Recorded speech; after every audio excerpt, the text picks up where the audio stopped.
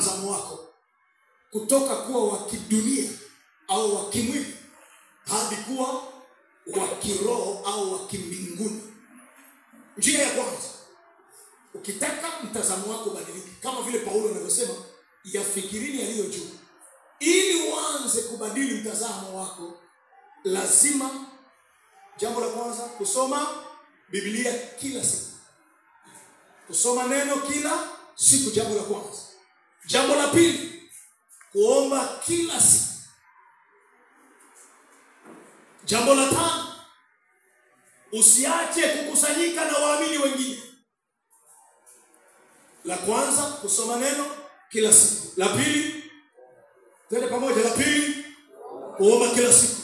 La tatu, usiache kukusanyika kama ilivyo desturi, kama hivi, kama ibada za katikati, kama ibada za nyumbani. 4, kutafakari neno. Kama hutasoma neno kila siku, unamruhusu shetani akupitishie vitu vya kutafakari. Ukisoma neno asubuhi, hilo neno ndio utakuwa nalo, litazuia yale mengine ambayo shetani anaweza akaleta. Kuna kitu kile unapoenda kuna itafakari, Bwana ameniambia hivi. Na katika kutafakari, Roho anakuwa anakupa ufunuo. Kwa hiyo unakuwa na namna nzuri ya kuzuia adui kuleta mambo yake kwenye fikra zako. Amen. Wewe acha kusoma neno. Unafikiri adui hana vya kukupa? Atakwambia kila kitu. Unaona ulipotoka, namna ulishangu, unaona namna walivyokuangalia. Wewe unawajua, unawakumbuka siku hiyo, anaanza kukuingizia. Kwanza wale ulisikia hata siku hiyo mtoto analia, anaanza kuonyesha kwamba ni wao, anakuletea mapicha na mapicha. Kwa hiyo tujifunze kusoma neno. La nne nimesema kutafakari. Namba 5, matendo ya rehema kila siku. Matendo ya nini? Ya rehema. Kuwahurumia wengine.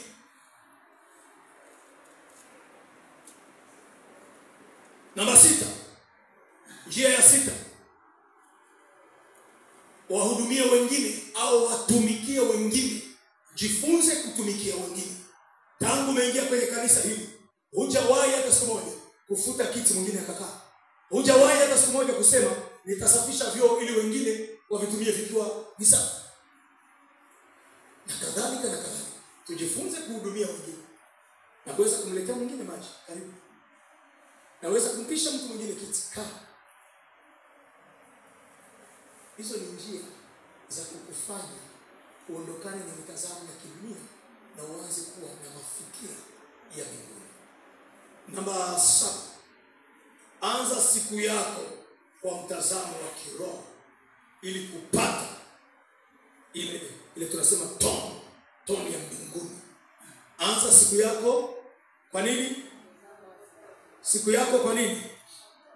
Kwa mtazamo wa mbinguni au wa kiroho. Wengine huanza siku zao kwa ugomvi. Wanaanza siku zao kwa hasira. Ameamka na kumnunia mwenzi wake. Ametoka kitandani kabisa, yani akiwa na hasira. Na akifunga mlango anasema jamani, hapa ni nini kimetokea? Tuanze siku tukiwa na mtazamo wa kiroho. Tusianze siku na kurushiana maneno. Tusianze siku na kutafutiana sababu. Yaani wewe uko anapita hivi na wewe unapita hivi. Nione nitatokea wapi. Akirudi hivi na wewe unarudi hivi.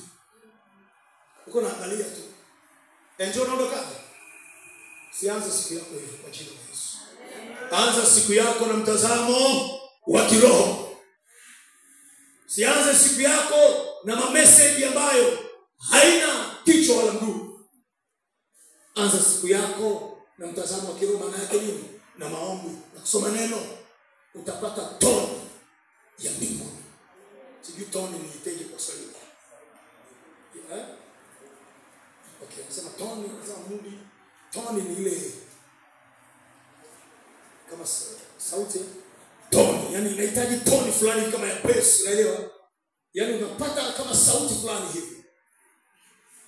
unapata ile kitu ambayo ulikuwa unataka. Bwana Yesu asifiwe. Njia ya 8, epuka mambo ya kukuzubaisha. Epuka mambo ya kukuzubaisha. Epuka mambo ya kukuchukulia muda. Maandiko yanasema habari za kukomboa wakati. Iweni watu wenye hekima, mkikomboa nini? Wakati. Epuka mambo ya kukuzubaisha. Umetoka asubuhi unaenda kutafuta vitafuno. Wewe ule kwenye vitafuno kwenda mkakutana pale kwenye vitafuno, ukakutana mtu ambaye yeye hajupa kuanzia wala pa kuishia. Akakushika hapo na hadithi ambazo zikakuzubaisha. Unarudi nyumbani na maandazi, watu wamekunywa chai, haujui alitoa maandazi. Yale ya kwako unapeleka. Mwambie jirani yako, epuka mambo ya kukuzubaisha. Epuka, usichukulie muda wako tu bure. Time is money. Wenzetu huko wanalipwa kwa muda. Namba njia ngapi? Yaani epuka mambo yasiyo na maana. Tuko tu kwenye TV tena kwa jirani. Tuko kwa jirani ndio kuangalia tafsiri. Kitu gani hivyo nyie?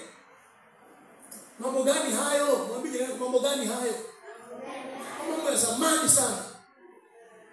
Unapenda tamthilia kama yale mtu wa kijijini. Hapa tuko mjini, tamthilia mimi na nini?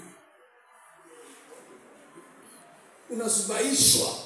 Wewe mke wa mtu unaenda kwa jirani kuangalia TV. Mume wako akikutafuta anajua huko kwa jirani na kuangalia TV. Haya, shame on you. Aibu kwako.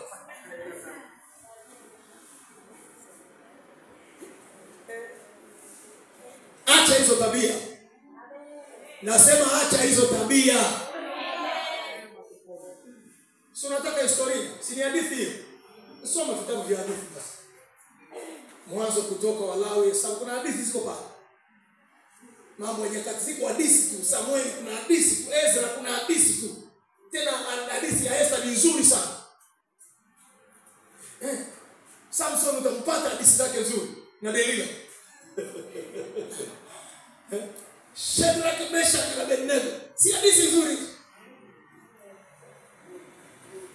Na unaingiza faida. Aibu